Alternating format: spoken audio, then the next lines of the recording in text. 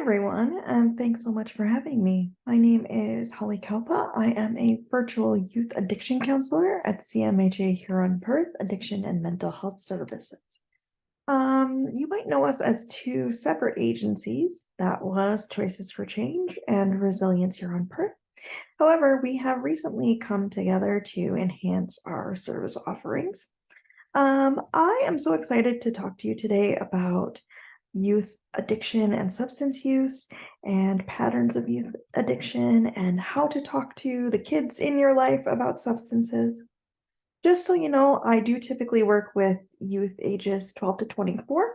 So that's the age range that I'll be focusing on today. But I think the principles that we're talking about can be really easily applied to youth of all ages, really. So I would say some of the most common questions I get as an addiction counselor working with youth are, what kind of substance use is normal for teens? And what do I do if I find out that they are actually using? So the first thing I want to do right off the bat is to talk about how what's normal is really a function of culture. So some families might feel like it is very okay for their teenager to have a glass of wine with family dinner on the weekends, or to vape a low nicotine vape juice that's mostly flavor every once in a while as a treat or a stress reducer. Other families might feel like, absolutely, that is not okay. Under any circumstances, I would never allow that. And that's totally okay. Um, I'm not here to tell you how to run your family or how your culture should be. At the same time, normal is also a function of human development. So there was a well-known psychologist named Erik Erikson who studied how humans develop over their lifespan, and he concluded that human development can essentially be broken down into 8 stages. They each have sort of a task that the young person is trying to master, and a virtue that comes along when they do master that, and when they've developed the thing that they're trying to develop and the virtue, they can move on to the next stage. So for babies, like brand new babies, they are just learning trust versus mistrust. This idea that their caregivers or caretakers are going to feed them, shelter them, take care of them, love them. When they really truly believe that, and they sort of conquered this thing of trust versus mistrust, they develop the virtue of hope. Toddlers, if you've ever met a toddler, you know that they are very big on autonomy. It's all like, I can do it myself. I don't need any help with anything. That is as opposed to the shame of like, I'm not capable of doing things. I'm not good enough. When they develop this sense of autonomy and they kind of master this crisis, they develop the virtue of will. And again, if you've ever met a toddler, they're essentially the most willful little people you've ever met in your life. So that tracks. Ages 3 to 5 is more of the play age. And so it's initiative versus guilt in the sense of like, I can start play myself, I can initiate play on my own with people, versus I am guilty that I don't know how to do this. And they're really looking to develop a sense of purpose. So what am I meant to do? How am I meant to do it? By the time you get to ages 5 to 12, which is school aged, they're really developing friendships, but also developing kind of interests and hobbies. And again, it's this idea of like, I know what I'm interested in, I can pursue these things on my own, and I'm really good at things. Sometimes I'm the best at certain things versus I feel inferior. And when they develop that, they develop the virtue of competency. What I really want to point out here is this ages 12 to 18.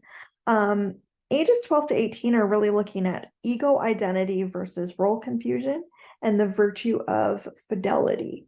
So the idea here is that prior to this age, kids have never really questioned who they are, their convictions, or their moral code. But now they do. They're trying to develop fidelity to themselves. So to figure out who they are and stay true to that. You've probably seen this with the 12 to 18-year-olds in your life in a lot of different ways. They might get new clothes, new friends, new hobbies. They might love the color teal until their 13th birthday and then decide that they've never liked it and anything teal you ever bought them is terrible and you should get it out of their room.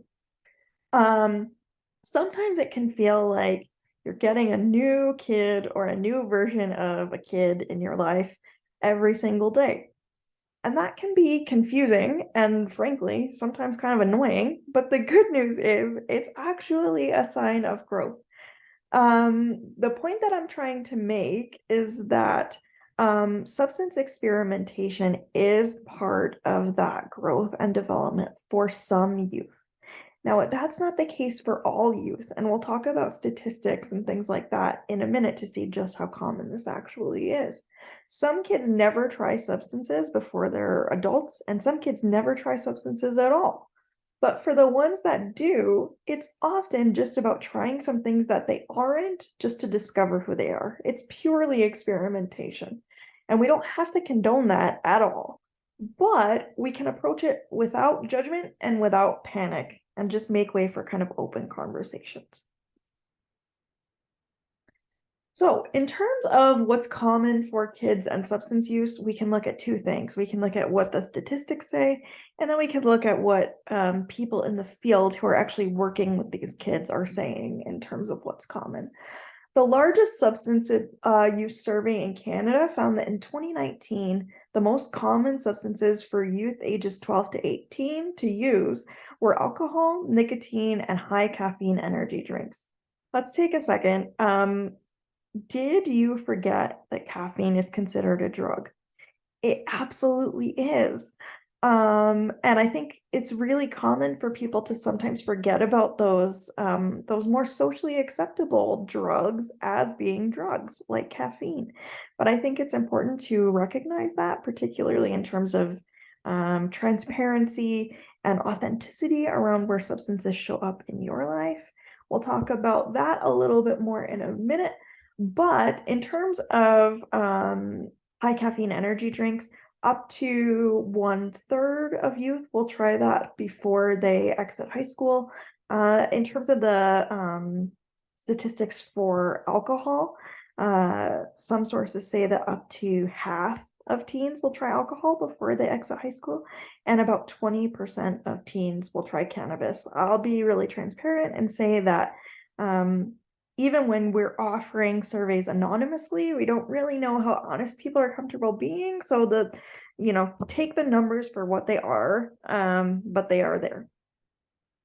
As far as experiences of myself and my colleagues who are actually in the field, we find that in the Huron and Perth area, the most common substances are nicotine, cannabis, alcohol, mushrooms, which actually now there are mushrooms that you can purchase that are regulated by the government, similarly to how you would buy cannabis online through the government. So that's kind of been an interesting development. The harder drug that's more common by far would be cocaine. I will say that that's not as common as the sort of softer drugs, but it does seem to be growing in popularity, particularly in the rural areas. In terms of common signs, so if your youth is actively intoxicated, you might see things like red eyes, they might kind of stumble around, they might slur their words. If they're not intoxicated, but they have been using, you might see behavioral changes, isolation. If they have a job or they get an allowance, and usually they have about $40 a week or something, but they don't typically have any money anymore, that can be a sign.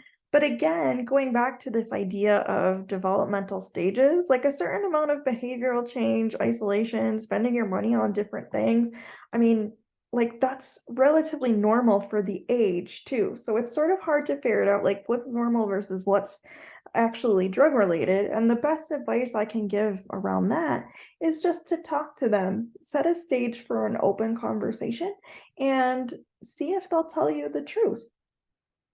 As far as language goes, it does change all the time, so it's a little hard to keep up with. It can be difficult. A vape is a little device with a battery that heats up either nicotine or cannabis liquid to create a vapor that then is smoked. A dab is typically for cannabis, and it's cannabis wax that is heated. So the difference between the two of those is just the mechanism of the substance itself. People use weed for cannabis or marijuana. They say shrooms for mushrooms. I think those are pretty standard sort of terms. Again, though, it's hard to keep up, I'll admit it. I would say the best thing to do there is to just ask. Just sort of ask people if your kid's using a word and you don't know what it means, just ask them. In my experience, they'll usually laugh and then they'll tell you. If they don't tell you, you can Google it, or there are resources that I'll provide at the end that can help with that as well. Okay, so I also did want to point out that in Ontario, roughly 10% of the population is considered to currently be using substances problematically. I know that seems like a lot, and it is when you think about the devastation that substance use can bring to lives. But the thing is, if we go back to these numbers we were just talking about earlier, if 50% of youth are trying alcohol by the time they leave high school, but only 10% of the current population is addicted, what does that tell you about the link between substance use and addiction? Same for things like nicotine or cannabis or high caffeine energy drinks. I think that it's really common for parents in particular to feel like all kids are using, and if a kid is using, that automatically means addiction. But that's not my experience, and that's not what the numbers say either. If you ask your kid if they've tried something and they tell you no, and you don't have evidence to the contrary, I feel like it's okay to believe them. If you ask them if they're having substance use problems, if you've seen them using, and they say no, they were just trying it, I feel like it's okay to believe them there as well. The goal is to create an environment where they feel safe telling you if there was a problem. Okay, so let's get down to the nitty-gritty here. How do you actually have these conversations with your kids? First thing I would say is start early, start often, and lead with your own experience. If your 4-year-old is calling a glass of wine mommy juice, that's an opportunity to talk about how it's actually called wine and how it helps you relax. But there are other ways of relaxing that are healthier. So you're going to have, maybe just one glass, and then you're going to do some yoga.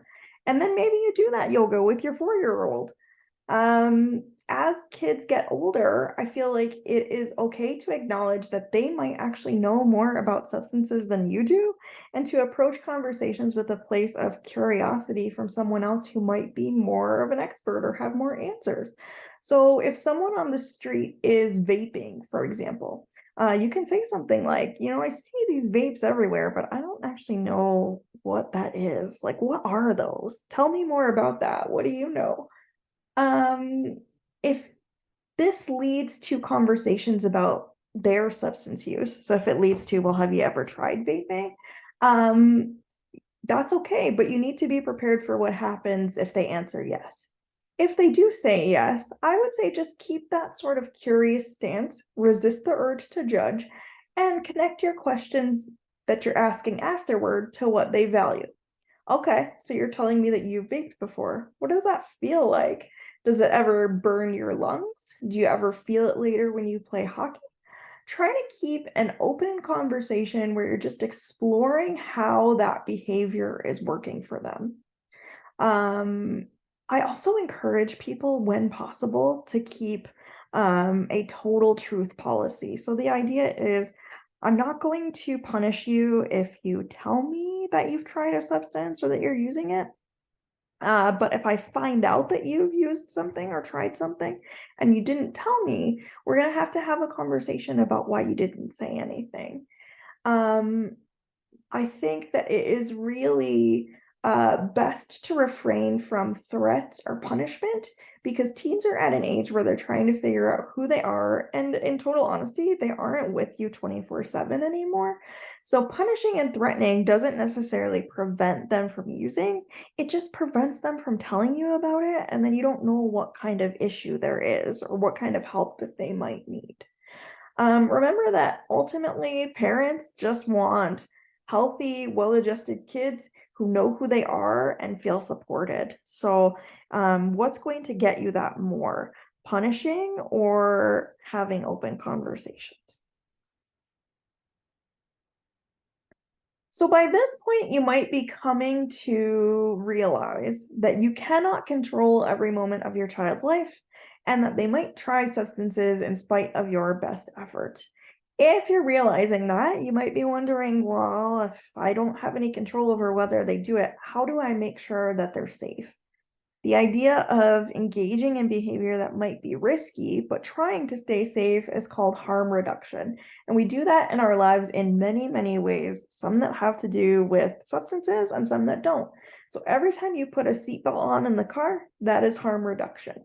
Having a salad instead of fries with your cheeseburger, that's harm reduction, I would say. Having a glass of water between your glasses of wine or your shots of whiskey, harm reduction. Um, Harm reduction around substances absolutely save lives, and it's really an excellent way to support youth in making their own choices, but also be involved and help them stay safe.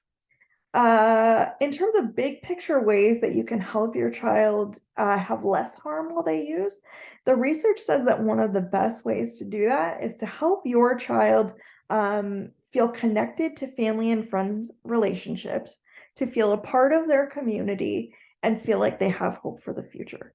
So really often when a youth comes to me and they're already in the addiction phase of youth, I ask them, how did it feel when you used for the first time? And they will say something like, I felt normal for the first time, or I felt happy for the first time in forever, or I understood that this is how people are supposed to feel.